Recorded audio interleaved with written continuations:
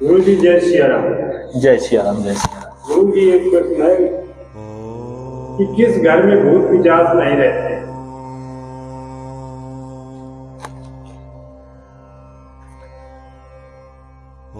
भूतों के बारे में, प्रेतों के बारे में, पिशाचों के बारे में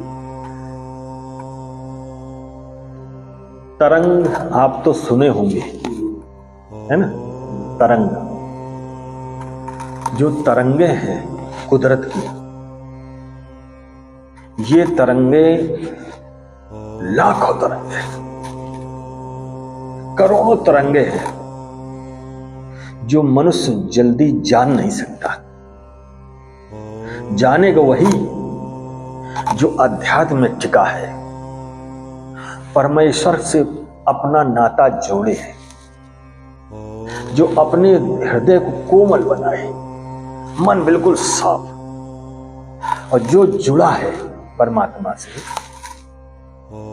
उसका भाव अलग होगा। उसका भाव अलग होगा। अब वो व्यक्ति जहां पर भी चला जाए, कहीं पर भी चला जाए, सिद्ध स्थान नहीं होता है।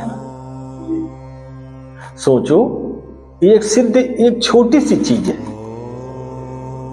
सिद्धियां ऐसा मान लो, सिद्धि जो है एक छोटी सी चीज है, और जहां पर परमात्मा का वास है उसको कौन सिद्ध करे?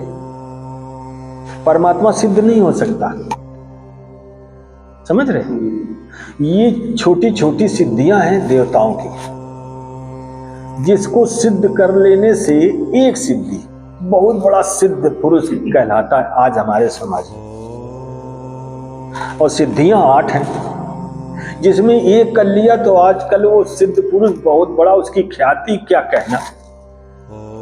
लेकिन जिसके पास परमात्मा है, जिसके हृदय आत्मा में बैठा परमात्मा है,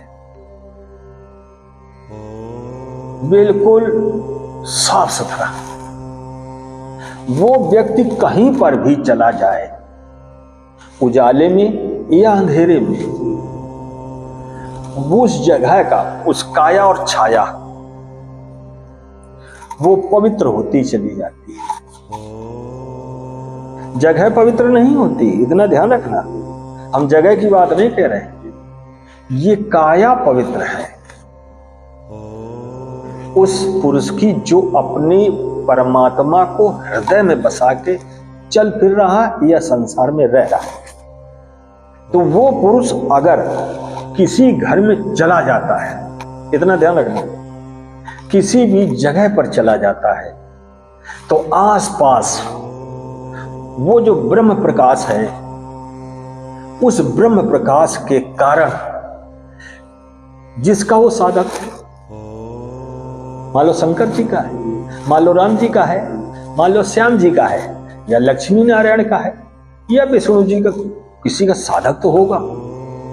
और साधक अलख में नहीं है, अलख में है, सॉरी, लख में नहीं है।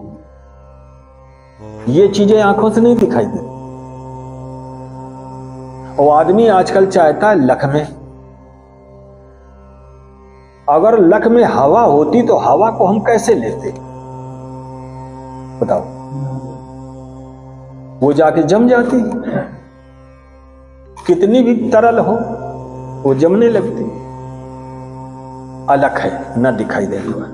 तो वो जो सिद्ध पुरुष, उसको हल्के में कह लो, लेकिन वो सिद्ध पुरुष नहीं, जिसके हृदय में राम बैठ जाते हैं तो 8 सिद्धि 9 निधि हाथ जोड़ के खड़ी रहती। कहां?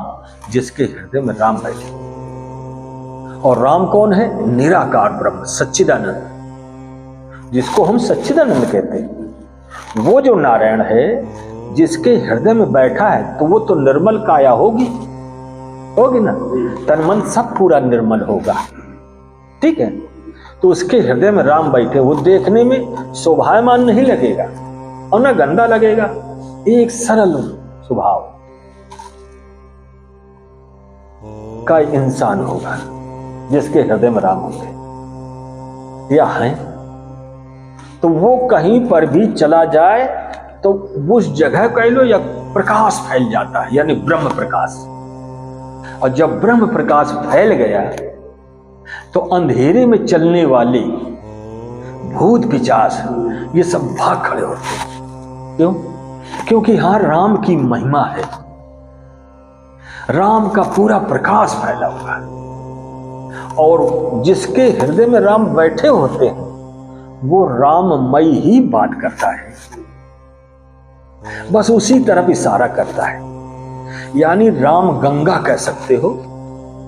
राम का एक अमृत सबको पिलाता घूम रहा है कि मेरे प्यारे सभी भाइयों और बहनों या माताओं, ये राम रस अमृत है, अगर पी लोगे तो आपका तरन तारण होगा। इस शरीर से जब आत्मा निकलेगी तो सीधे परमात्मा के यानी मुक्ति होगी। इसलिए हाथ जोड़ के सब लोगों से प्रार्थना है कि ये जो अमृत धारा है, इस अमृत धारा को हर व्यक्ति अपने हृदय में वास कराए। इंसानियत मानवता का रास्ता पकड़ ले, अपने अंदर की कुरीतियों को बाहर निकाले। जिस हिसाब से शंकर जी ने अपने अंदर की कुरीतियों को बाहर कर दिया था, यानी सीधे ये कह दो कामदेव को मार डाला था, ये संत करता है ऐसा, और संत हैं शंकर जी। तो जो भी व्यभिचारी चीजें हैं इनको अपने अंदर मार दो, यानी अपने अंदर की जो अग्नि है उससे नाश कर दो, तब ये आत्मा प्रकाशित होगी, है ना? तब ये आत्मा प्रकाशित होगी और तभी आपके अंदर से एक आवाज आएगी, क्योंकि आप निर्मल है ना, निर्मल मन है और तन भी है।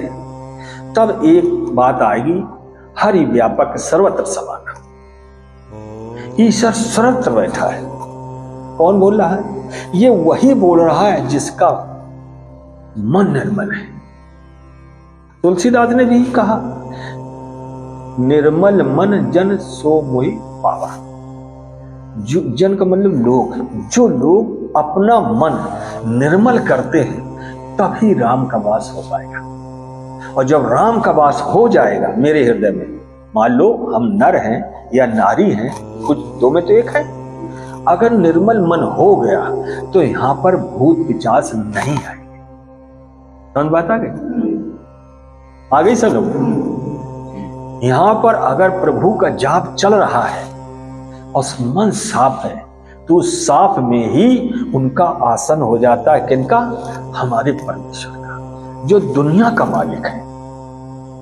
ये दशरथ का बेटा नहीं है, इतना ध्यान रखना। जो दशरथ के बेटा ने उस राम की पूजा की जो निराकार ब्रह्म है।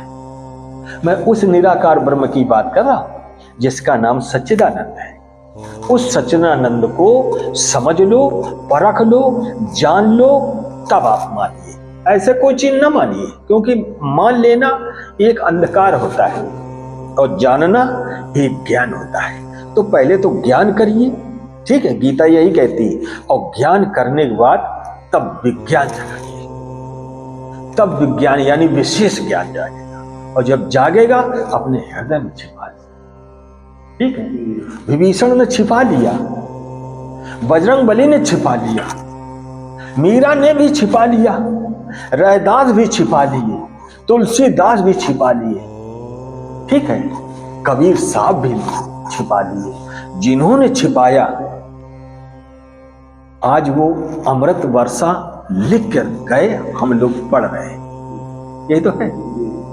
बोलो वृंदावन बिहारी लाल की जय।